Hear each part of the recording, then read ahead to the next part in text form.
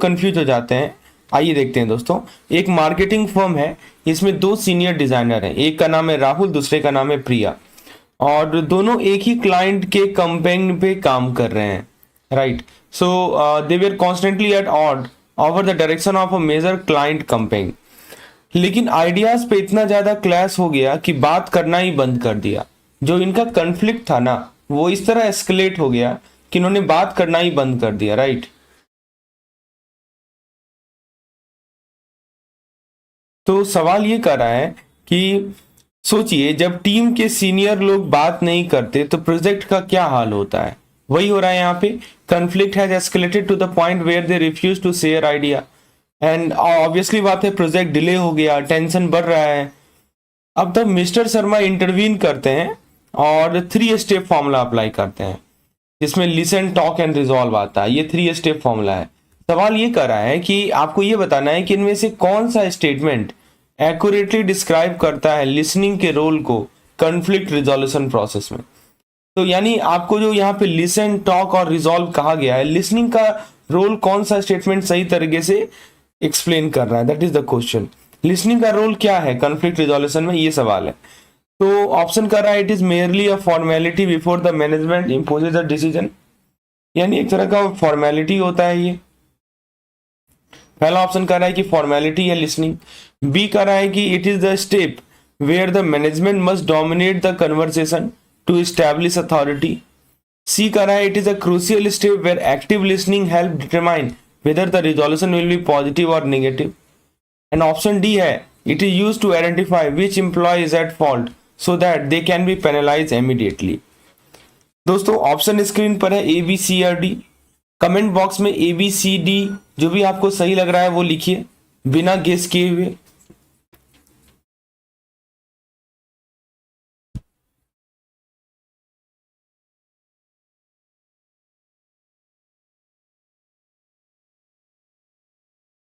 तो बताइए दोस्तों, कौन सा ऑप्शन आपको लग रहा है कि ये यहाँ पे सही ऑप्शन है। Which option do you think is correct?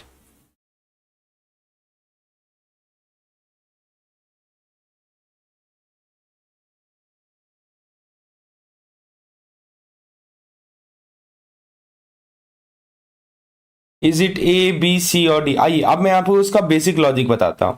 सबसे पहले एक बात को समझिए, the role of listening, right. First of all let's understand the role of listening here. Listening का मतलब ये होता है कि सामने वाले की बात ध्यान से सुनना, राइट। लिसनिंग मतलब यही होता है सर, सामने वाले की बातों को ध्यान से सुनना, उसका पॉइंट ऑफ व्यू समझना। What is the meaning of listening? Listening means understanding the point of view, right. और बीच में इंटरप्ट नहीं करना, you will not interrupt in between, interrupt नहीं होना चाहिए, राइट। यहाँ पे दोस्तों मिस्टर शर्मा की बात कर रहे हैं। जो मिस्टर शर्मा जो पर्सन है, मेडिएटर के रूप में काम कर रहे हैं। मिस्टर शर्मा की बात करें सर, तो इनका गोल पनिशमेंट नहीं है। मिस्टर शर्मा, पहले राहुल और प्रिया जो कि सीनियर डिजाइनर है, इनके बीच में किसी बात पे बहस हुई, राइट। बात करना बंद कर दिए ये। थर्ड पार्टी आते हैं मिस्टर शर्मा, तो इनका गोल क्या है मिस्टर शर्मा का? ये इंटरवीन करते हैं। इनका गोल पनिशमेंट नहीं है, इनका गोल है कॉन्फ्लिक्ट को सॉल्व करना, राइट। कॉन्फ्लिक्ट को सॉल्व करना इनका गोल है। आप सोचिए कि अगर आप मैनेजर हैं और बिना सुने डिसीजन ले लीजिएगा तो कॉन्फ्लिक्ट शांत होगा या बढ़ेगा, बताइए। मान लीजिए कि आपके सामने ऐसा सिचुएशन है और आप बिना सोचे इसका डिसीजन ले, बिना दोनों पार्टी का सुने डिसीजन ले, सो व्हाट विल हैपन? क्या होगा दोस्तों? तो कॉन्फ्लिक्ट और बढ़ जाएगा ना। अब जरा ऑप्शन वाइज एनालाइज करते हैं। सवाल यही है कि लिसनिंग का क्या मतलब है। To the context of this question, what is the meaning of listening, that is all what the question is all about. Option A कह रहा है कि लिसनिंग जस्ट एक फॉर्मेलिटी है, इससे पहले कि मैनेजमेंट जो है डिसीजन इंपोज करे। अब आप बताइए, ए को देख के क्या लग रहा है? ये सिर्फ फॉर्मेलिटी होती? अगर मान लीजिए सिर्फ फॉर्मेलिटी होती तो पॉजिटिव या निगेटिव रिजोल्यूशन जैसे वर्ड पैसेज में आते ही नहीं। यहाँ पे 2 वर्ड लिखा है sir, positive resolution and negative resolution, ये तो गलत है, ए नहीं होगा। बी को पढ़े, बी में कह रहा है कि मैनेजमेंट को डोमिनेट करना चाहिए, management must dominate the conversation. अब बताइए मैनेजमेंट का रोल क्या है? डोमिनेट करना है। ये जो कंसेप्ट है ना सर, ये ओल्ड स्कूल बॉस माइंडसेट है। पैसेज में अथॉरिटी दिखाने की बात नहीं की गई, मैनेजमेंट को अपना अथॉरिटी नहीं दिखाना है कि आप हम जो बोलेंगे आप वही फॉलो करो, नहीं, दैट इज रॉन्ग। जरा ऑप्शन सी को देखें। सी में क्या कर रहा है कि listening is a crucial step, right, जो डिसाइड करता है आउटकम पॉजिटिव होगा या निगेटिव होगा। जी हाँ दोस्तों, यहां पे डायरेक्ट हिंट दिया हुआ है पैसेज में, क्वेश्चन में भी लिखा हुआ है कि जो एक्टिव लिसनिंग है ना वो क्या होता है, डिटर्मिनेटिव होता है। मैं यहाँ पे लिख भी देता हूं कि लिसनिंग का कितना इंपॉर्टेंट रोल है, राइट। तो यदि आप एक्टिवली सुनेंगे, राइट, एक्टिव लिसनिंग, इसके लिए एक वर्ड यूज किया जाता है and the word is determinative, right. मतलब रिजल्ट डिपेंड करता है एक्टिव लिसनिंग पे, आपका जो भी रिजल्ट होगा वो इसी पे डिपेंड करेगा। तो ये एग्जामिनर का फेवरेट वर्ड है डिटर्मिनेटिव, राइट। मतलब आपका जो रिजल्ट है वो डिपेंड करेगा कि आपने कितनी अच्छे तरीके से दोनों के पक्ष को सुना है, राहुल के और प्रिया के। और ऑप्शन डी कह रहा है कि listening is use to identify which employ is at fault so that they can be penalise immediately. अगर ये होता ना तो रिजॉल्व स्टेप का मतलब ही खत्म। देखिए दोस्तों, सबसे पहले हम लोग लिसन करते हैं, फिर हम लोग बात करते हैं और फिर हम लोग रिजॉल्व करते हैं, राइट। ये 3 स्टेप होता है, इसको कहा जाता है 3 स्टेप फॉर्मूला, राइट। तो लिसनिंग एक सबसे इंपॉर्टेंट स्टेप है। तो याद रखने के लिए एक पॉइंट याद रखिए, लिसनिंग एक फाउंडेशन होता है, फॉल्ट फाइंडिंग नहीं होता, डोमिनेंस नहीं होता। मेन है लिसनिंग का मतलब सर अंडरस्टैंडिंग, लिसनिंग का मतलब होता है समझना। किसी का फॉल्ट फाइंड करने के माइंडसेट से लिसन नहीं किया जाता, ना ही किसी को डोमिनेट करने के लिए। तो दोस्तों आई होप इस कंसेप्ट के माध्यम से लिसनिंग का कंसेप्ट क्लियर हो गया होगा। तो 3 स्टेप फॉर्मूला याद रखेंगे, लिसन, टॉक एंड रिजॉल्व, और किस प्रकार से लिसनिंग का रोल है कॉन्फ्लिक्ट रिजोल्यूशन प्रोसेस में, इसी चीज को यहाँ पे समझाया गया है। आई होप कॉन्फ्लिक्ट रिजोल्यूशन में लिसनिंग का रोल आपको क्लियर हो गया होगा। एक बार क्लियर वर्ड लिख देंगे चैट बॉक्स में if it is clear now. आइए केस स्टडी नंबर 2 की ओर बढ़ते हैं। यहां पे बात हो रही है सर एबीसी लॉजिस्टिक हायरिंग के बारे में। स्टार टेक्निक का नाम सुने हैं आप कभी? यहां पे देखिए लिखा है स्टार टेक्निक। स्टार टेक्निक का नाम सुनते ही लगता है कि एचआर का थ्योरी है, लेकिन दोस्तों सीआईबी के एग्जामिनेशन में बीईआई यानी बिहेवियरल इवेंट इंटरव्यू का जो क्वेश्चन है ना वो यहीं से बनेगा। आइए 5 मिनट का समय दीजिए, इस केस स्टडी के माध्यम से आपको बीआई के सारे कंसेप्ट क्लियर हो जाएंगे। पहले केस स्टडी को समझते हैं। क्या कर रहा है सर कि एबीसी लॉजिस्टिक नाम की कंपनी है, टीम लीडर के रोल के लिए हायरिंग चल रहा है, राइट। ये लॉजिस्टिक कंपनी जो है वो हायरिंग कर रही है टीम लीडर के रोल के लिए। इंटरव्यू मेथड का नाम होता है sir BEI, behavioural event interview, right. तो कैंडिडेट से कहा गया कि अपनी पास्ट लाइफ का रियल एग्जांपल बताओ। समझिए बात को, क्योंकि बीईआई पे ना केस स्टडी आता है हर एक साल। तो ये जो केस स्टडी है ना, इससे आप चीजों को समझ सकते हैं। एबीसी लॉजिस्टिक नाम की कंपनी है, इनको टीम लीडर के रोल के लिए हायरिंग करना है। इंटरव्यू मेथड है बीईआई, जिसको कहा जाता है बिहेवियरल इवेंट इंटरव्यू। कैंडिडेट से कहा गया कि अपनी पास्ट लाइफ का रियल एग्जांपल बताओ। तो टेक्निक का नाम है सर स्टार। स्टार में एस होता है सिचुएशन, टी होता है टास्क, ए होता है एक्शन और आर होता है रिजल्ट। इसको कहा जाता है situation, task, action, result. Example किसका बात किया? एग्जाम्पल बात किया सर ट्रांसपोर्ट स्ट्राइक डिले का।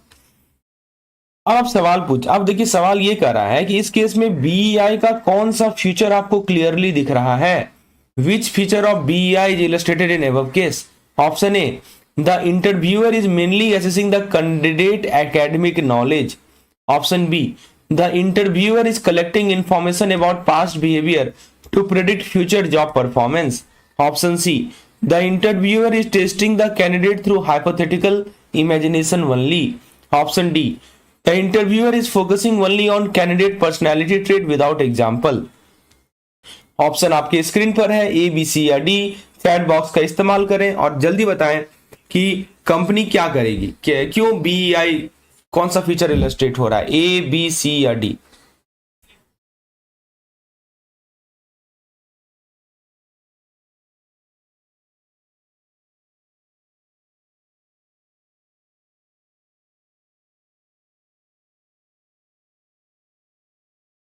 चलिए आपने जरूर इसका आंसर सोचा होगा। अब हम थोड़ा समझते हैं बेसिक में, सर ये बीईआई होता क्या है, बिहेवियरल इवेंट इंटरव्यू होता क्या है, राइट। देखिए दोस्तों, बीईआई का कोर फंडा यही है, बिहेवियरल इवेंट इंटरव्यू का कोर फंडा यही है कि जो हमारा पास्ट बिहेवियर होता है ना, राइट, जो हमारा पास्ट बिहेवियर होता है वही बेस्ट प्रेडिक्टर होता है। Past behaviour is the best predictor. किस चीज का सर? फ्यूचर बिहेवियर का। पास्ट बिहेवियर से ही हम लोग फ्यूचर बिहेवियर को प्रेडिक्ट कर सकते हैं, यही कहना है बीईआई का।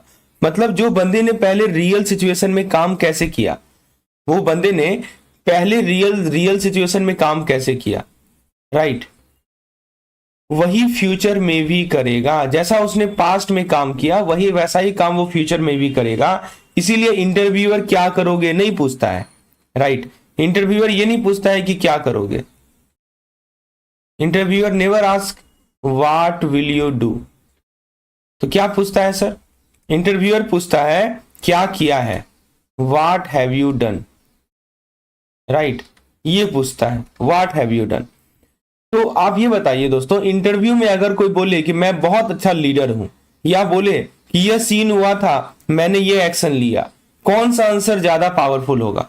इंटरव्यू क्या पूछता है कि what you will do, right, क्या करोगे ये नहीं पूछेगा, ये पूछेगा कि तुमने क्या क्या किया है, राइट। पास्ट बिहेवियर को देखता है, उसके बेसिस पे फ्यूचर जजमेंट लेता है।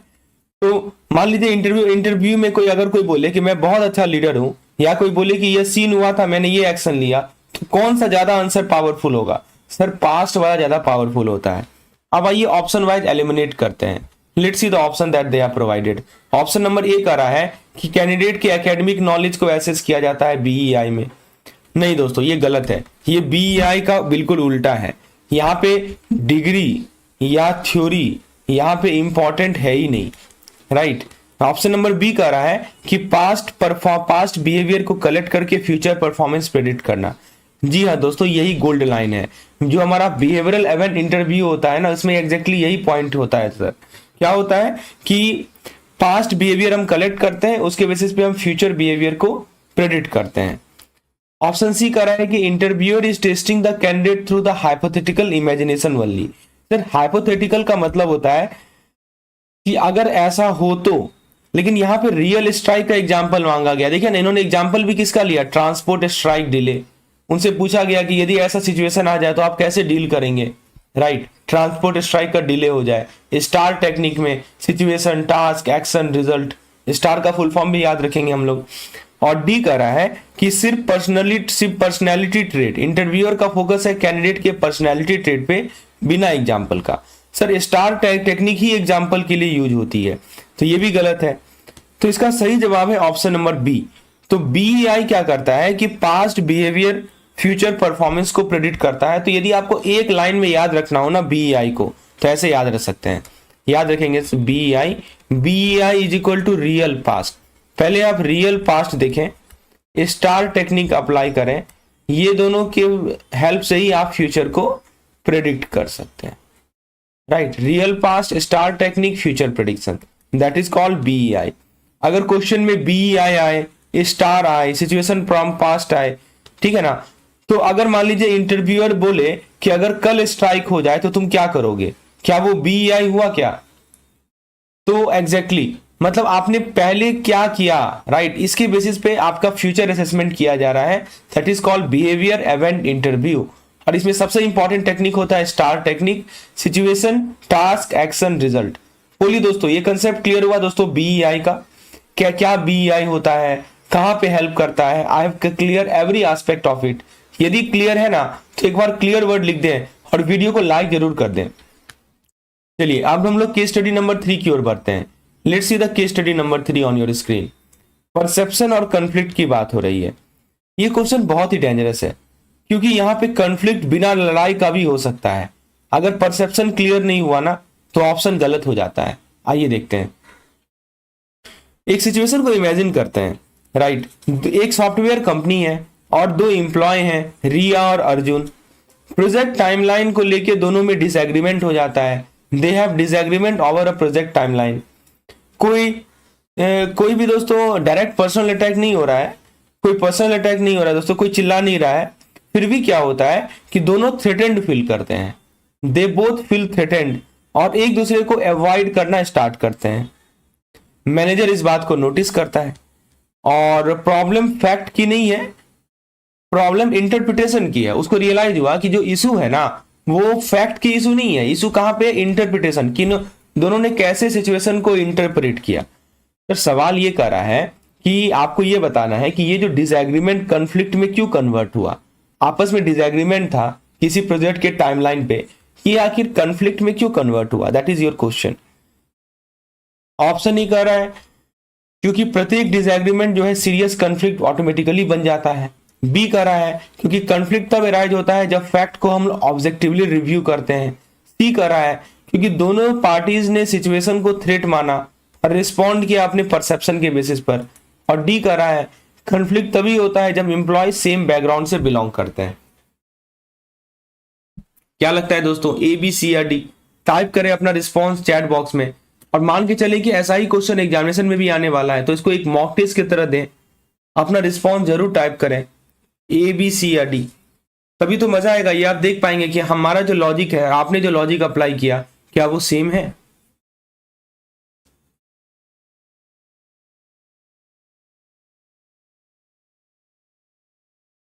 Which option do you think is correct? चलिए मैं आपको इसका लॉजिक बताता हूं। Let me tell you the logic here. Sir question ये पूछ रहा है कि ये डिसएग्रीमेंट कॉन्फ्लिक्ट में क्यों बदला। अब दोस्तों यहां पे मैं आपको पहले कंसेप्ट समझा देता हूं।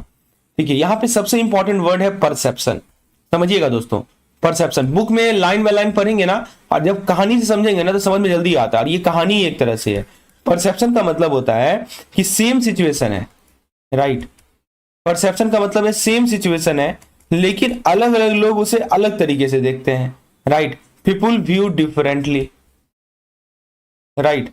जैसे देखिए मैनेजर क्या बोल रहा है, मैनेजर बोल रहा है कि सर डेडलाइन टाइट है।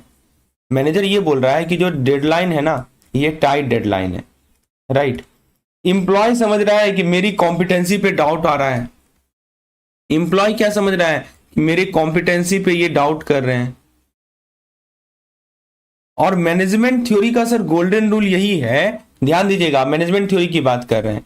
मैनेजमेंट थ्योरी का गोल्डन रूल ये कहता है कॉन्फ्लिक्ट तब होता है जब थ्रेट आप परसीव करते हैं। जब थ्रेट परसीव करेंगे ना तभी कॉन्फ्लिक्ट आता है, राइट। चाहे रियल थ्रेट हो या इमेजिनरी थ्रेट हो, थ्रेट दोनों तरह का हो सकता है। It can be real threat और it can be imaginary threat, right. चलिए तो बताए दोस्तों कि अगर थ्रेट सिर्फ दिमाग में हो कॉन्फ्लिक्ट होगा या नहीं होगा। यदि आपको लगता है होगा तो यस लिख दीजिए, और यदि लगता है नहीं होगा तो नो लिख दीजिए। जरा बताएं चैट बॉक्स में, यदि मान लीजिए कॉन्फ्लिक्ट आपके दिमाग में हो, थ्रेट आपके सिर्फ दिमाग में हो, इमेजिनरी हो, तो क्या कॉन्फ्लिक्ट होगा? जी हाँ दोस्तों होगा। अब जरा ऑप्शन वाइज हम बेसिक कंसेप्ट हम समझ लिए, अब ऑप्शन वाइज एलिमिनेट करते हैं। पहला ऑप्शन कह रहा है कि जितने भी डिसएग्रीमेंट है वो कॉन्फ्लिक्ट बन जाते हैं। नहीं दोस्तों ये गलत है। अगर ऐसा होता ना तो ऑफिस चल ही नहीं पाता। ऑफिस में तो बहुत ज्यादा डिसएग्रीमेंट होते हैं, सब डिसएग्रीमेंट कॉन्फ्लिक्ट तो होता नहीं है सर। बी कह रहा है कॉन्फ्लिक्ट तब होता है जब फैक्ट ऑब्जेक्टिवली देखे जाए। कॉन्फ्लिक्ट तभी होगा जब फैक्ट को ऑब्जेक्टिवली देखे जाए। ये बिल्कुल अपोजिट है सर, कॉन्फ्लिक्ट फैक्ट से नहीं होता। कॉन्फ्लिक्ट देखिए यहाँ पे क्या है, जब आप चीजों को ऑब्जेक्टिवली देख रहे हैं तो आप फैक्चुअली देख रहे हैं, तो फैक्ट के कारण कभी भी कॉन्फ्लिक्ट नहीं आता, याद रखेंगे। कॉन्फ्लिक्ट क्यों आता है? कॉन्फ्लिक्ट आता है इंटरप्रिटेशन से। आप कैसे उस चीज को इंटरप्रेट कर रहे हैं, यहीं से कॉन्फ्लिक्ट होता है, समझे। कीवर्ड को पकड़ेंगे, हमें ध्यान रखना है। सी कह रहा है कि दोनों ने सिचुएशन को थ्रेट के रूप में परसीव किया, परफेक्ट मैच है जी, राइट। एग्जैक्ट थ्योरी और केस स्टडी दोनों अलाइन हो रहे हैं। और डी कह रहा है कि सेम बैकग्राउंड वाले इंप्लॉय में ही कॉन्फ्लिक्ट होगा। सर बैकग्राउंड का यहाँ पे कोई रोल नहीं है, तो करेक्ट आंसर है ऑप्शन नंबर सी, राइट। तो एक लाइन में याद रखेंगे इसको, जो कंसेप्ट मैं आपको बता रहा हूं, एक लाइन में याद रखिएगा कि जो हमारा परसीव्ड थ्रेट होता है ना, परसीव्ड थ्रेट, यही कॉन्फ्लिक्ट का कारण बनता है। और इस पे बार बार सवाल आता है दोस्तों, हो सके तो नोट कर लीजिए, आपने नोटबुक में नोट कर लीजिए कि कॉन्फ्लिक्ट का मेन कारण होता है परसीव्ड थ्रेट। चाहे थ्रेट रियल हो या थ्रेट इमेजिनरी हो, दोनों केस में दोस्तों कॉन्फ्लिक्ट हो सकता है। अब आप सोचने वाली बात है कि अगर रिया और अर्जुन, यही दो आदमी थे ना यहाँ पे, अगर रिया और अर्जुन मैनेजर के पास जाके ओपनली बात करें तो कॉन्फ्लिक्ट होता या रुक जाता, बताइए। दोनों रिया और अर्जुन जो है जाके मैनेजर के पास ओपनली बात करते तो कॉन्फ्लिक्ट रुक जाता ना जी। तो ये कॉन्फ्लिक्ट रुकने का बेस्ट तरीका है कम्युनिकेशन। कम्युनिकेशन होना जरूरी है, समझे। थ्रेट यदि परसीव करेंगे तो कॉन्फ्लिक्ट आएगा ही आएगा। थ्रेट दो तरह का हो सकता है, रियल थ्रेट हो या केवल दिमाग का थ्रेट हो। बताइए दोस्तों, कंसेप्ट क्लियर है? To do hit the like button. और दोस्तों आपको मैं बताऊं कि आपकी प्रिपरेशन को बूस्ट करने के लिए मैं सीआईबी का कैप्सूल कोर्स ला चुका हूं अपने ऐप पे, जिसमें दोस्तों आपको मिलता है पीडीएफ के माध्यम से आप चीजों को रिवाइज कर पाते हैं। हर एक वो इंपॉर्टेंट पॉइंट जो पिछले 6 एग्जामिनेशन में रिपीट हुए हैं जब से सीआईबी का सिलेबस बदला है, सब पॉइंट को इंक्लूड किया गया है डिफरेंट फॉर्मेट में। For more detail you can just check out the link in the description section. चलिए आगे हम लोग केस स्टडी नंबर 4 की बात करते हैं। बहुत अच्छा सवाल है दोस्तों, let's see this case study number 4। यहां पे दोस्तों कॉन्फ्लिक्ट का टाइप कंफ्यूज करने का पूरा अटेम्प्ट होता है। Task, relationship, value, role. Exam में कोई भी ऑप्शन घुमा नहीं सकता। अगर ये क्लियर है ना तो कोई भी ऑप्शन आपको घुमा नहीं सकता एग्जाम में। एंड तक बने रहिए। सर सवाल सिचुएशन को जरा समझते हैं। सिनेरियो क्या है कि मीरा है और करण है, राइट। पहले किसी बात पे आर्ग्यू कर रहे हैं, खासकर सॉफ्टवेयर टूल की बात हो रही है, पर्सनल कॉम्पिटेंस की बात हो रही है। लेकिन सर बाद में एग्रीमेंट किस बात पे होती है कि कंपनी जो है एक क्लाइंट को लेके बाद में एग्रीमेंट होती है जिसका बिजनेस उनके पर्सनल एथिकल बिलीफ के अगेंस्ट है। फिर से सुनिए दोस्तों, सवाल क्या कर रहा है कि यहां पे बात हो रही है मीरा और करण की। ये किसी बात पे ये पहले किसी बात पे आर्गुमेंट कर रहे हैं। सॉफ्टवेयर टूल है, पर्सनल कॉम्पिटेंस है, इससे रिलेटेड। लेकिन बाद में आर्गुमेंट किस बात पे होती है? कंपनी के एक क्लाइंट को लेके जिसका बिजनेस उनके पर्सनल एथिकल बिलीफ के अगेंस्ट है। अब यहां पे एग्जामिनर गेम चेंज करता है। क्या पूछ रहा है सर कि इस सिचुएशन में कौन सा टाइप ऑफ कॉन्फ्लिक्ट आपको दिख रहा है? Task conflict, relationship conflict, value conflict, role conflict. जल्दी जल्दी लिखिए चैट बॉक्स में आपका रिस्पॉन्स। हम जानना चाहते हैं कि आप क्या सोचते हैं, ए, बी, सी और D. What do you think?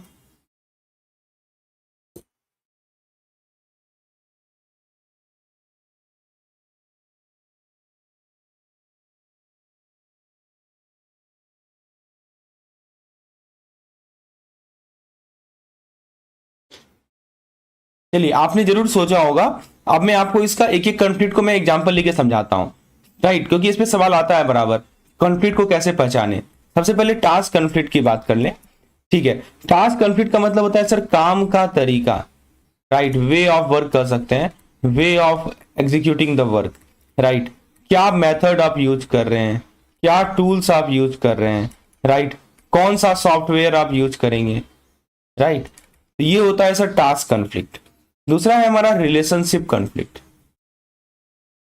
दूसरा क्या है सर? Relationship conflict. यहां पे कीवर्ड आता है ईगो, पर्सनल डिसलाइक या पर्सनैलिटी क्लैश। कभी कभी ऐसा भी होता है पर्सनैलिटी भी क्लैश करता है कि जैसे हम बोलते हैं कि तुम ऐसे ही यूजलेस हो, राइट। अब ये जो सिचुएशन है ये क्या है? ईगो क्लैश हो रहा है, पर्सनल डिसलाइक है, राइट। तो जब देखिए काम करने के तरीके पे आ जाए बात तो टास्क कॉन्फ्लिक्ट होता है। जब ego, personal dislike, personality clash हो तो रिलेशनशिप कॉन्फ्लिक्ट होता है। जैसे हम बोल रहे हैं कि तुम ऐसे ही यूजलेस हो, तो ये फिर पर्सनल डिसलाइक हो गई। फिर आता है सर तीसरा रोल कॉन्फ्लिक्ट। ये क्या होता है? यहाँ पे रिस्पॉन्सिबिलिटी पे कंफ्यूजन होता है, कौन जिम्मेवार है। जैसे यह काम मेरा है या तुम्हारा है, ये होता है सर रोल कॉन्फ्लिक्ट। तीसरा होता है वैल्यू कॉन्फ्लिक्ट, मतलब जो हमारी बिलीफ है, जो हमारे एथिक्स हैं, जो हमारे प्रिंसिपल हैं, राइट, मतलब यह काम मेरी सोच या मेरी वैल्यू के खिलाफ है, तो वो कहलाता है वैल्यू कॉन्फ्लिक्ट। दोस्तों एथिक्स की बात करें, आपसे एक छोटा सा सवाल पूछते हैं, ये बताएंगे कि एथिक्स किस कैटेगरी में आता है? वैल्यू में आता है या टास्क में आता है? थोड़ा चैट बॉक्स में लिख दीजिए। एथिक्स कॉन्फ्लिक्ट, एथिक्स जो है कौन से कॉन्फ्लिक्ट में आएगा? Does it come under value conflict और it come under task conflict? याद रखेंगे ethics is a part of our, कौन सा कॉन्फ्लिक्ट है सर? एथिक्स जो है वैल्यू कॉन्फ्लिक्ट है, अभी हमने देखा। अब हमने जो कंसेप्ट क्लियर कर लिया, अब ऑप्शन वाइज इसे एलिमिनेट करते हैं। Let's eliminate it using the option. पहला ऑप्शन क्या दिया हुआ है कि इन्होंने कहा टास्क कॉन्फ्लिक्ट। देखिए टास्क कॉन्फ्लिक्ट होता अगर डिस्कशन टूल पे होता, अगर डिस्कशन वे ऑफ वर्क तक होता, राइट। लेकिन यहां पे बात सर एथिक्स पे पहुंच चुकी है। यहां लिखा है ना conflict with their personal ethical belief। बात यहाँ पे एथिक्स पे जा चुकी है, टास्क तो नहीं होगा। रिलेशनशिप होगा क्या सर? रिलेशनशिप अगर पर्सनल दुश्मनी होती ना तो एथिक्स मेंशन ही नहीं होता। इफ यदि मान लीजिए पर्सनल एनोनिमिटी होती, पर्सनल कॉन्फ्लिक्ट होता तो ये रिलेशनशिप होता, ये भी नहीं है। सी क्या कर रहा है? Value conflict. जी हाँ दोस्तों, यहाँ पे इनका एथिकल बिलीफ से कॉन्फ्लिक्ट हो रहा है ना, तो जहां भी आपको ये वर्ड दिखे, देखिए कीवर्ड को पकड़ना है, एथिकल बिलीफ दिखे ना, ये वैल्यू से रिलेटेड बात है और ये पूरा का पूरा वैल्यू बेस्ड कॉन्फ्लिक्ट ही है। और डी कर रहा है रोल कॉन्फ्लिक्ट। रोल का यहाँ कोई कंफ्यूजन ही नहीं है, रिस्पॉन्सिबिलिटी की कोई बात ही नहीं हो रही है, राइट, तो डी भी नहीं होगा क्योंकि डिसएग्रीमेंट जो है बिलीफ पे है, डिसएग्रीमेंट एथिक्स पे है और प्रिंसिपल पर बेस्ड है। ये सब कीवर्ड को याद रखेंगे, राइट। एथिक्स बिलीफ पे है, प्रिंसिपल पे बेस्ड है, एथिक्स पे बेस्ड है ये डिसएग्रीमेंट, इसी कारण से इसे कहा जाता है वैल्यू कॉन्फ्लिक्ट। तो मैं आपको इसको रिकॉल कर देता हूं, याद रखने का एक शॉर्टकट बता देता हूं। ऐसे याद रखिएगा कि जो एथिक्स होता है ना, जब वैल्यू पे बेस्ड होता है इसे ही कहा जाता है वैल्यू कॉन्फ्लिक्ट। तो एग्जाम में आपको ये सब वर्ड दिखे, एथिक्स, बिलीफ, मोरल, प्रिंसिपल, सीधा वैल्यू कॉन्फ्लिक्ट पे टिक कर दीजिएगा। अब आपसे एक छोटा सा सवाल, अगर मीरा करण सॉफ्टवेयर टूल पे आर्ग्यू करते तो कौन सा कॉन्फ्लिक्ट होता? मान लीजिए इनका आर्गुमेंट जो है सॉफ्टवेयर टूल पे होता, जरा चैट बॉक्स में लिख दीजिए कौन सा कॉन्फ्लिक्ट होता। चलिए अब हम लोग अगले क्वेश्चन की ओर बढ़ते हैं। This was the part 1। अब हम लोग पार्ट 2 पे चलते हैं। सॉफ्टवेयर टूल पे यदि मान लीजिए कॉन्फ्लिक्ट हो तो किस तरह का कॉन्फ्लिक्ट होगा जी, जरा बताइए चैट बॉक्स में। आई होप आपने आंसर दिया होगा, आपने दिमाग में सोचा होगा, इसको बोलते हैं सर टास्क कॉन्फ्लिक्ट, समझे? तो एकदम क्लैरिटी होना चाहिए, टास्क क्या है, रिलेशनशिप क्या है, राइट, फिर वैल्यू क्या है। Now let's look at this particular question, super important question है सर। देखिए ये क्वेश्चन देखने में तो काफी सिंपल है, लेकिन दोस्तों एग्जामिनेशन में घुमा फिरा के सवाल आता है। आइए क्लियर करते हैं क्वेश्चन को, थोड़ा सा कहानी की तरह समझते हैं। क्या कह रहा है कि देखिए एक मार्केटिंग कंपनी है, उसमें 2 एम्प्लॉय हैं, एक का नाम है नेहा, दूसरा का नाम है Ravi.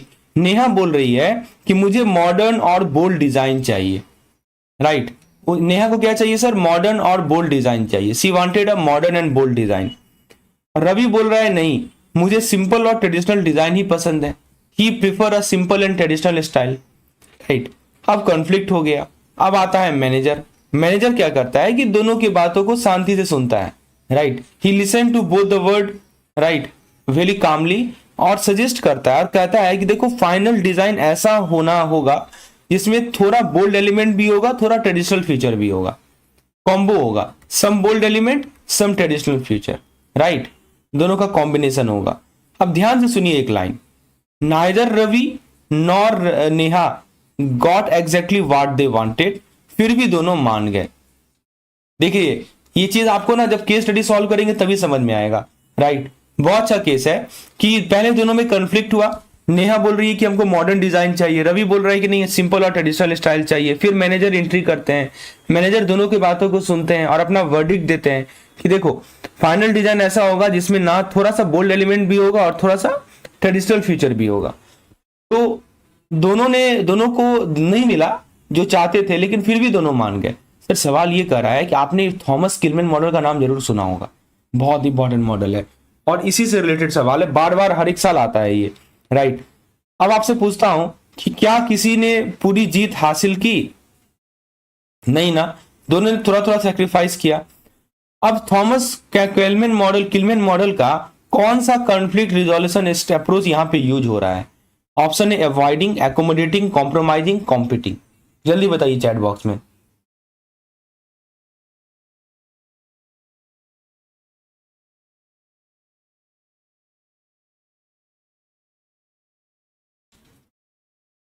Can you type in the chat box correct answer?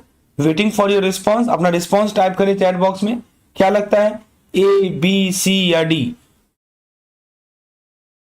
चलिए मैं आपको समझाता हूं सर। देखिए जीरो लेवल से समझते हैं थॉमस किलमैन मॉडल क्या कहता है। देखिए थॉमस किलमैन मॉडल जो है ये एक फेवरेट क्वेश्चन है, आईआईबीएफ का आता ही आता है। इसमें 5 स्टाइल दिए हुए हैं कॉन्फ्लिक्ट के। क्या क्या 5 स्टाइल हैं, ये आपको एचआरएम में भी काम आएगा। पहला होता है सर अवॉइडिंग, एवॉइडिंग कहता है कि कंफ्लिक्ट से भाग जाओ, रन अवे, राइट, कंफ्लिक्ट से दूर भागो, ये कहता है एवॉइडिंग। दूसरा होता है सर एकोमोडेटिंग। एकोमोडेटिंग क्या कहता है कि सामने वाले को जीतने दो, जो सामने वाला है इसको जीतने दो, एकोमोडेट करो। तीसरा होता है सर कॉम्प्रोमाइजिंग। कॉम्प्रोमाइजिंग बोलता है कि दोनों थोड़ा थोड़ा छोड़ देते हैं, लिटिल बिट सैक्रिफाइस करो, इसे बोलते हैं कॉम्प्रोमाइजिंग। फोर्थ होता है sir competing. Thomas Kilmann model के ये 5 मॉडल हैं। कॉम्पिटिंग क्या बोलता है कि एक जीतेगा, one will win and other loses, एक जीतेगा और दूसरा हारेगा। और 5वां होता है सर कोलैबोरेटिंग, मतलब दोनों फुल्ली सेटिस्फाइड है। फिर से सुनिए, अवॉइडिंग मतलब कंफ्लिक्ट से दूर भागो, तटस्थ रहो। एकोमोडेटिंग यानी कि सामने वाले को जीतने दो, एकोमोडेट कर जाओ। तीसरा कॉम्प्रोमाइजिंग, थोड़ा थोड़ा दोनों सैक्रिफाइस करो। कॉम्पिटिंग यानी एक जीतेगा दूसरा हारेगा। और कोलैब यानी फुल्ली सेटिस्फाइड। अब सर ये बताइए, वापस इस क्वेश्चन में लौटिए, अब मुझे ये बताइए कि ये जो पार्टिकुलर केस है, ये केस कौन से थॉमस किलमैन मॉडल के स्टेज को रिप्रेजेंट कर रहा है, बताइए दोस्तों। ऑप्शन ए कर रहा है अवॉइडिंग। अवॉइडिंग मतलब कि मैनेजर इन्वॉल्व ही नहीं होता, यहां तो मैनेजर सॉल्यूशन दे रहा है, ठीक है, ये गलत है। बी कर रहा है एकोमोडेटिंग, एक बंदा पूरी तरह झुक जाता, रवि और नेहा में से कोई एक बंदा जो है पूरी तरह झुक जाता तो उसको बोलते हैं एकोमोडेटिंग, लेकिन यहां पे दोनों को थोड़ा थोड़ा मिला है। सी कर रहा है, डी कर रहा है कॉम्पिटिंग। सर कॉम्पिटिंग, एक का डिजाइन सेलेक्ट होता ना और दूसरा का आउट होता तो बोलते हैं उसको कॉम्पिटिंग। ऐसा तो कुछ हुआ नहीं ना, मैनेजर ऐसा बोलता है कि देखो नेहा तुम्हारा डिजाइन हम सेलेक्ट करेंगे, रवि का डिजाइन सेलेक्ट नहीं करेंगे, तो होता वो competing.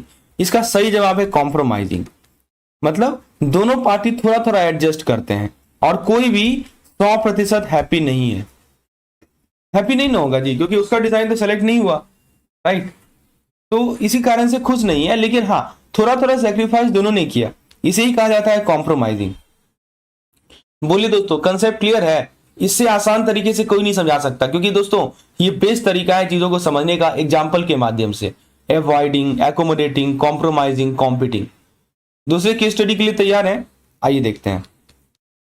Let's look at the second case study. दोस्तों हम लोग जो सेकेंड केस स्टडी को डिस्कस करने वाले हैं, ये सिर्फ थ्योरी नहीं है, ये रियल ऑफिस लाइफ से डायरेक्टली कनेक्ट करता है, राइट।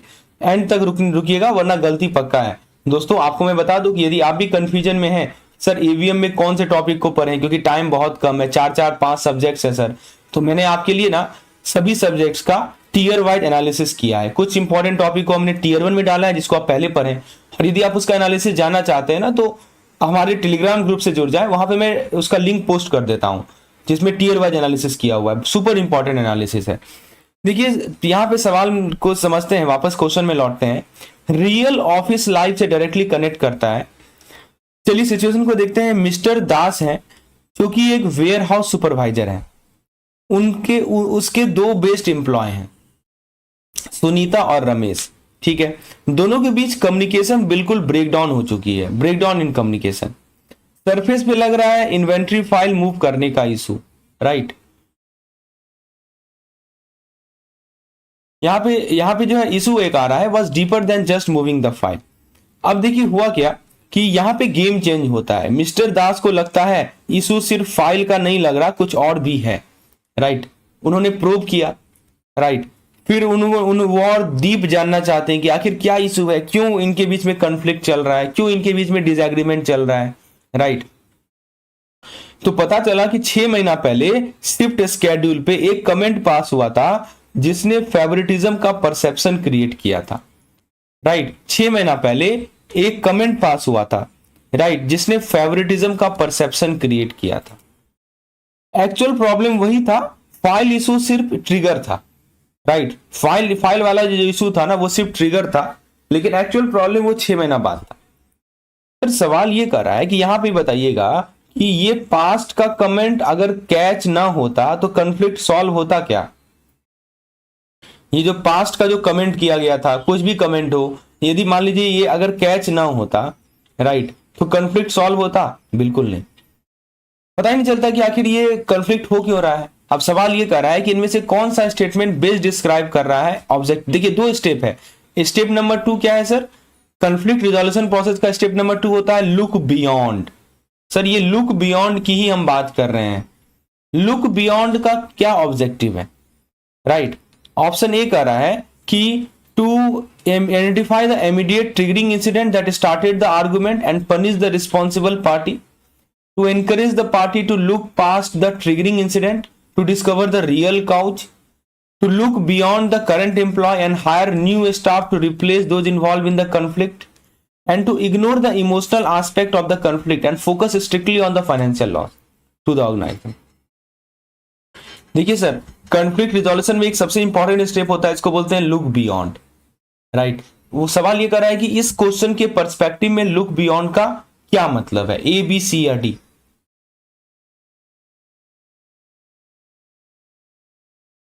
चलिए मैं आपको समझाता हूं। आपने जरूर सोचा होगा इसका सही जवाब, आपके दिमाग में जरूर होगा दोस्तों। देखिए मैं आपको स्टेप 2 का नाम ध्यान से सुनिए। इसमें नाम लिखा जाता है look beyond. What is the meaning of this term look beyond? इसका मीनिंग होता है कि जो आपको ऊपर ऊपर का इशू दिख रहा है ना, राइट, सरफेस लेवल जो आपको इशू दिख रही है, उसके आगे जाकर असली वजह ढूंढिए। Right, you should go the deep analysis और एक्चुअल रीजन क्या है वो पता कीजिए। क्योंकि कभी कभी कंफ्लिक्ट का सोर्स महीनों पुराने बात ही होती है, जैसे यहाँ पे है। राइट, होता है कभी कभी कि कंफ्लिक्ट का जो सोर्स होता है ना वो पुराना बात पे चलता है कंफ्लिक्ट, और अभी वाला तो ट्रिगर पॉइंट होता है। अब जरा ऑप्शन ए को देखिए। ऑप्शन ए में कीवर्ड लिखा है कि जो रिस्पॉन्सिबल पार्टी है उन्हें पनिश किया जाए। देखिए स्टेप 2 पनिशमेंट का नहीं है दोस्तों, स्टेप 2 है प्रॉब्लम को समझने का, कि आखिर प्रॉब्लम हो क्यों रहा है। फिर सी को पढ़िए, कह रहा है कि नए नए स्टाफ को हायर कीजिए, पुराने वाले को रिप्लेस कीजिए। देखिए सर, कंफ्लिक्ट को रिजोल्यूशन का मतलब रिप्लेसमेंट नहीं होता, ये तो बिल्कुल इररिलेवेंट ऑप्शन है। डी कह रहा है कि इमोशनल एस्पेक्ट को इग्नोर किया, to ignore the emotional aspect. तो यहाँ कोई इमोशन ही रूट काउज नहीं है। राइट, यहाँ तो इमोशन ही रूट काउज है ना, इसको इग्नोर करना उल्टा नुकसान होगा। आप इमोशनल एस्पेक्ट को ही इग्नोर कर दीजिएगा, और रूट काउज क्या है सर? इमोशन। किसी ने कुछ कमेंट पास किया और इमोशन ही रूट काउज है, इसको आप कैसे नेग्लेक्ट कर सकते हैं? सही जवाब है ऑप्शन नंबर बी। मतलब कि लुक बियॉन्ड का मतलब है कि जो चीज कंफ्लिक्ट स्टार्ट कर रही है उसके पीछे छुपी रियल वजह को ढूंढना, इसको बोलते हैं sir root cause analysis. RCA भी कहा जाता है कि आखिर जो ये कंफ्लिक्ट हुआ, जो चीजें कंफ्लिक्ट को स्टार्ट कर रही हैं, right, what is the real reason?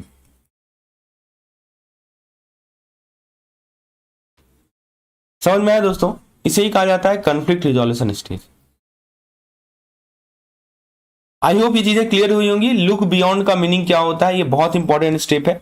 आइए अब हम लोग अगले सवाल की ओर बढ़ते हैं।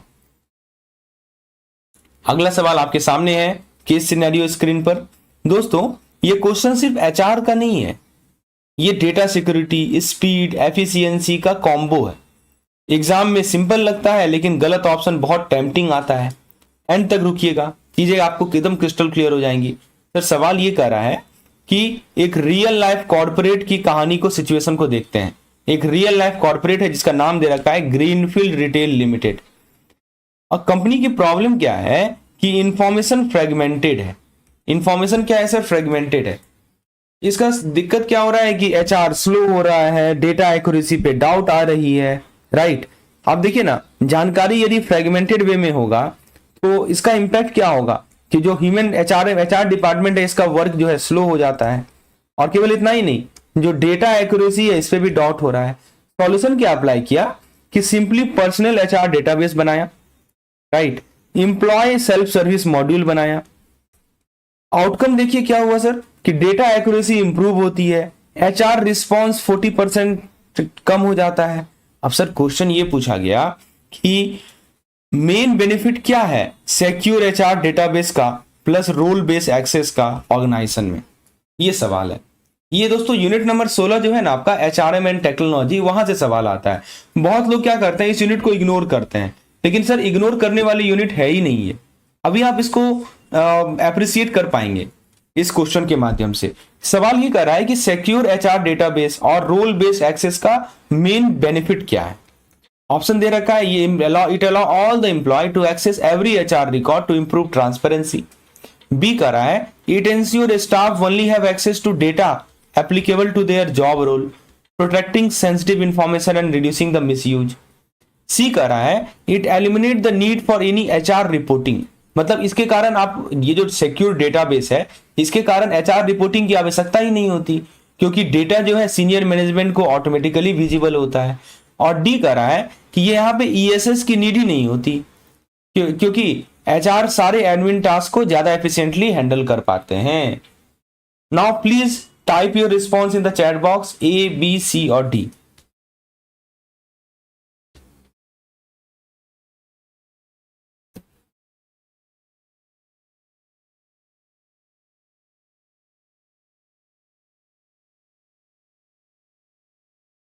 चलिए, आपने जरूर सोचा होगा इसका सही जवाब। अब मैं आपको इसका लॉजिक समझाता हूं। अब थोड़ा बेसिक से समझते हैं सर इसके पीछे कंसेप्ट क्या है। रोल बेस एक्सेस, यहाँ पे जो कीवर्ड लिखा है ना सर, वो लिखा है रोल बेस एक्सेस। इसका मीनिंग क्या होता है? देखिए, अभी कहानी आपने समझा, अब कहानी में ये टर्म को समझिएगा ना तो रिलेट कीजिएगा तो चीजें दिमाग में बैठ जाएंगी। सर रोल बेस एक्सेस का मतलब ये होता है कि हर इंप्लॉय को उतना ही डेटा दिखाओ जितना उसके रोल के लिए जरूरी है। जैसे मान लीजिए कि ये इंप्लॉय है रवि, राइट, रवि का काम है मार्केटिंग का, तो सर उनको उतना ही जानकारी, उतना ही डेटा दिखाओ, राइट, उतना ही डेटा दिखाओ कि जितना उसको रोल के लिए नेसेसरी है। जैसे एग्जांपल के तौर पर इंप्लॉय को ले लीजिए, इंप्लॉय को अपना सैलरी दिखना चाहिए, अपना लीव दिखना चाहिए, अपना प्रोफाइल दिखना चाहिए, ठीक है। जैसे मान लीजिए एचआर है, एचआर को सबका डेटा दिखना चाहिए।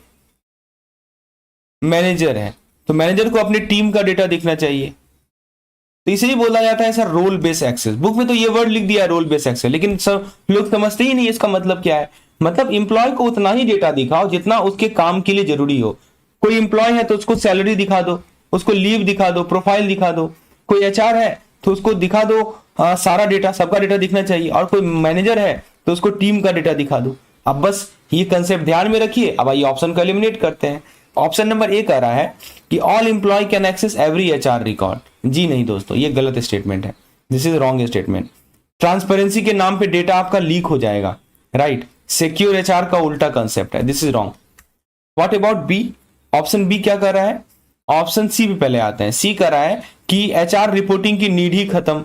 सर रिपोर्टिंग तो हमेशा रहेगी, डेटाबेस ऑटोमेट करता है, एलिमिनेट नहीं करता। हाँ, काम ऑटोमेट हो जाता है। जो आपने डेटाबेस बनाया ना, राइट, एचआर डेटाबेस बनाया, इससे चीजें ऑटोमेट हो गई, लेकिन काम नहीं खत्म हुआ, रिप्लेस नहीं किया, राइट, एलिमिनेट नहीं किया। डी कह रहा है कि एम्प्लॉयज ईएसएस की जरूरत ही नहीं है। तो दोस्तों यहां पे देखिए, ईएसएस को तो पैसेज में सपोर्टिंग बेनिफिट बताया गया है, रिप्लेस तो नहीं किया गया ना, ये भी गलत है। इसका सही जवाब है sir option number B, right. It ensure staff only to have access to data applicable to their job role, protecting sensitive information. Exactly, समझिए दोस्तों कि जो रोल बेस्ड एक्सेस होता है ना, इसका मतलब क्या होता है, ऐसे समझिए।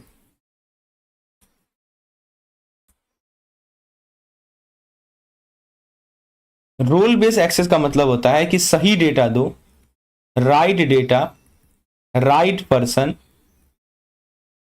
Right data, right person, right role. बोलिए, समझ में आया दोस्तों रोल बेस्ड एक्सेस का मतलब इस एग्जांपल के माध्यम से? I hope it is crystal clear. चलिए आगे बढ़ते हैं हम लोग अगले क्वेश्चन की ओर। अगला क्वेश्चन बहुत इंटरेस्टिंग सवाल है दोस्तों। देखिए, ये एमसीक्यू देख के लग सकता है आसान, लेकिन जो अप्लाइड रिसर्च अप्रोच है ना, उसमें कंफ्यूजन हो जाती है। आइए आज इसको क्लियर करते हैं। एग्जामिनेशन में 1 मार्क्स तो आपका पक्का है, ये बार बार रिपीट होता है दोस्तों। चलिए एक कंपनी को लेकर समझते हैं सिचुएशन को। सर कंपनी का नाम है टेक सॉल्यूशन लिमिटेड। इसने अप्लाइड रिसर्च के 4 अप्रोच को यूज किए, स्टैटिस्टिकल, कंपैरेटिव, आउटसाइड अथॉरिटी और कंप्लायंस। ये 4 अप्रोच होते हैं दोस्तों अप्लाइड रिसर्च के, राइट। यहाँ पे मैं लिख भी देता हूं, अप्लाइड रिसर्च के 4 अप्रोच होते हैं और आपको एग्जैक्टली पता होना चाहिए कि ये अप्रोच क्या कहता है। सवाल ये कर रहा है कौन सा अप्रोच है जिसमें कंपनी अपने आप को दूसरी कंपनी के साथ कंपेयर करती है। मतलब अप्लाइड रिसर्च का कौन सा अप्रोच है where the research team directly compare it organization with other organization. Option दे रखा है statistical, comparative, outside authority, compliance.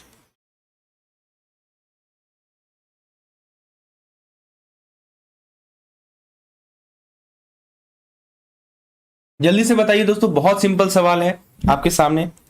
Which option do you think is correct?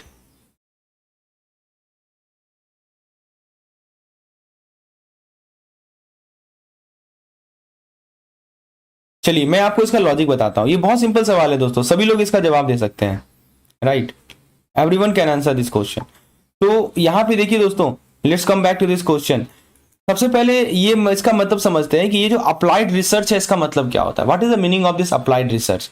Applied research का मतलब होता है sir, let's talk about this applied research. इसका meaning होता है कि रियल ऑर्गेनाइजेशन का जो प्रॉब्लम है ना, हमारा जो ऑर्गेनाइजेशन है इसका जो रियल ऑर्गेनाइजेशन का जो प्रॉब्लम है, इसका प्रैक्टिकल सॉल्यूशन ढूंढना. क्या ढूंढना? प्रैक्टिकल सॉल्यूशन ढूंढना. बुकिश नहीं, ग्राउंड रियलिटी देखना. बुक से नहीं दोस्तों, आपको ग्राउंड रियलिटी देखना है. This is very important. Bookish नहीं. अब जरा क्वेश्चन वाइज ब्रेक डाउन करते हैं. आइए क्वेश्चन को देखते हैं सर. देखिए पहला ऑप्शन क्या कर रहा है? Statistical approach.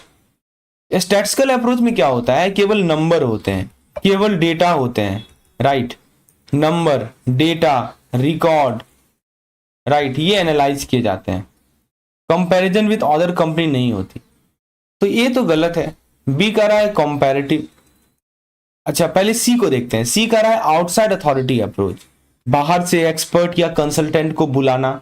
खुद कंपेयर नहीं करते, कोई बाहर का एक्सपर्ट आता है, कोई बाहर का कंसल्टेंट आता है, इसे कहा जाता है आउटसाइड अथॉरिटी. यहां भी ये नहीं हो रहा. राइट, यहां पे तो खुद कंपनी कंपेयर कर रही है अपने को दूसरे ऑर्गेनाइजेशन के साथ, ताकि कहां पे पुअर परफॉर्मेंस है वो एरिया को आइडेंटिफाई करे. डी का रहा है कॉम्प्लायंस. सर कॉम्प्लायंस में रूल्स, कॉन्ट्रैक्ट, पॉलिसीज का ऑडिट होता है. परफॉर्मेंस कंपैरिजन से कोई लेना देना नहीं है. इसका सही जवाब है comparative. Yes, B is the correct one. Comparative approach का मतलब होता है कि अपनी ऑर्गेनाइजेशन को किसी दूसरी ऑर्गेनाइजेशन के साथ कंपेयर करना, ताकि जो हमारा वीक एरिया है या जो हमारा पुअर परफॉर्मेंस है इसको हम आइडेंटिफाई कर सके. राइट, और हमने आपको बताया ही अप्लाइड रिसर्च का मतलब होता है कि रियल ऑर्गेनाइजेशन के प्रॉब्लम का प्रैक्टिकल सॉल्यूशन ढूंढना. तो जब भी आपको ये सब वर्ड दिखे ना, क्या सब कीवर्ड दिखेगा आपको? दिखेगा सर बेंचमार्किंग, ये वर्ड दिखेगा बेंचमार्किंग. आपको दिखेगा कंपैरिजन. समझ जाइए कि कंपैरेटिव अप्रोच की बात हो रही है. देखिए मैं चारों ऑप्शन इसलिए बता रहा हूं कि हो सकता है एग्जामिनेशन में स्टैटिस्टिकल बात कर ले, स्टैटिस्टिकल अप्रोच पूछ ले, आउटसाइड अथॉरिटी अप्रोच पूछ ले. राइट, आपको कॉन्फिडेंट रहना है. चलिए आज का लास्ट केस स्टडीज को डिस्कस करते हैं. ये क्वेश्चन सुनते ही लगता है कि आईटी का क्वेश्चन है, लेकिन ध्यान रखिए सीआईबी के एग्जामिनेशन में एचआर और आईटी का कॉम्बो बहुत पूछा जाता है. आइए देखते हैं दोस्तों. एक कंपनी है जिसका नाम रखा है इन्होंने ब्राइटेक प्राइवेट लिमिटेड. इसने क्या इंट्रोड्यूस किया? इसने इंट्रोड्यूस किया वेब बेस्ड एचआर पोर्टल. और पोर्टल में क्या क्या है? पोर्टल में है internal job opening, online training, performance review tracking. अब सबसे इंपॉर्टेंट लाइन, मैनेजर और एम्प्लॉय कनेक्टेड रहते हैं इस सिस्टम के माध्यम से. Right, now the question is किस तरह का EHRM इस केस में बेस्ट रिफ्लेक्टेड है? ऑपरेशनल, रिलेशनल, ट्रांसफॉर्मेशनल या मैनुअल? ये सबसे इंपॉर्टेंट लाइन है सर. मैनेजर और एम्प्लॉय जो है कनेक्टेड रहते हैं. अब आप सोचिए कि सिर्फ अटेंडेंस और पेरोल होता है क्या, या एम्प्लॉय मैनेजर इंटरेक्शन भी है? बताइए दोस्तों, कौन सा EHRM का कंसेप्ट यहां रिफ्लेक्टेड है?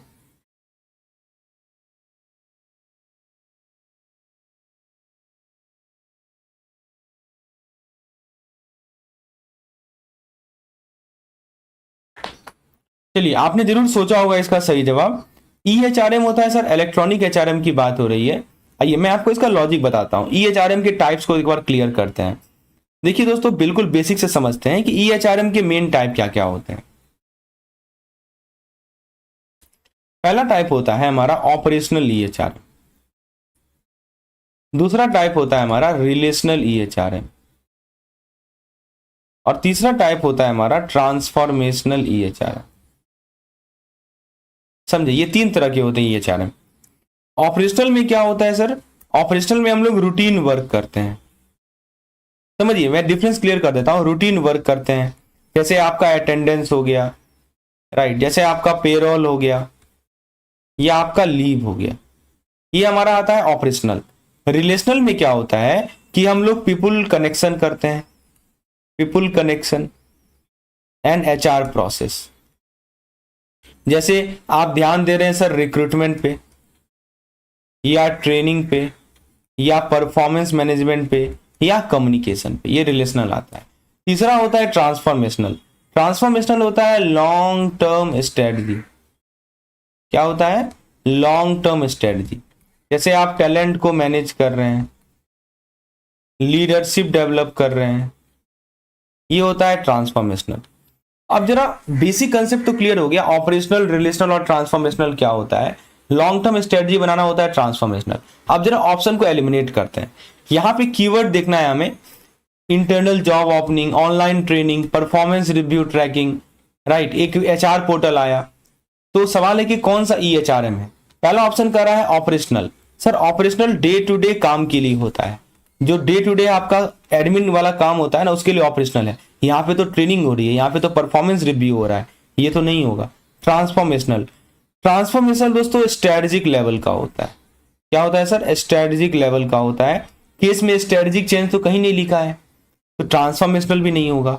मैनुअल, मैनुअल सर यहां तो साफ साफ वेब बेस्ड सिस्टम लिखा हुआ है, मैनुअल का तो सवाल ही नहीं उठता। सही जवाब है रिलेशनल, एग्जैक्टली। देखिए रिलेशनल EHRM जो होते हैं ना, इसका मेन काम यही होता है। क्या होता है कि बेसिकली मैनेजर और एम्प्लॉय को कनेक्ट करना। एक तरफ हमारे मैनेजर हैं और दूसरी तरफ हमारे एम्प्लॉय हैं, इनको कनेक्ट करने का काम करता है सर रिलेशनल EHRM। समझे बात को। ट्रेनिंग, रिक्रूटमेंट, परफॉर्मेंस जैसी HR एक्टिविटी को सपोर्ट करना। तो जहां भी आपको ये सब वर्ड दिखे, training, recruitment, performance review, manager employ interaction, समझ जाइए कि वो केस जो है हमारा रिलेशनल EHRM है। समझ में आया दोस्तों रिलेशनल EHRM क्या होता है। आई होप ये क्वेश्चन 100% क्लियर हो गया होगा। तो आज के सेशन को यही समाप्त करते हैं। आपको यदि एक ऐसे कंटेंट की रिक्वायरमेंट है जहां पे सब कुछ आप क्विकली रिवाइज कर सकते हैं, तो प्रिपरेशन को अभी के अभी बूस्ट कीजिए। CIB कैप्सूल कोर्स में इनरोल होइए और इस नंबर को सेव कर लें। यदि किसी प्रकार की आपको जानकारी चाहिए व्हाट्सएप कर सकते हैं इस नंबर पे। मिलते हैं कल इसी वक्त कुछ नए क्वेश्चन के साथ, एकदम कंसेप्चुअल क्लैरिटी होगी। आज हमने 8 क्वेश्चन डिस्कस किए, होपफुली आप उसे रिवाइज कर सकते हैं PDF के माध्यम से, या PDF में अपलोड कर दूंगा टेलीग्राम ग्रुप में। जरूर ज्वाइन कर ले Telegram group. Thank you, have a very nice day.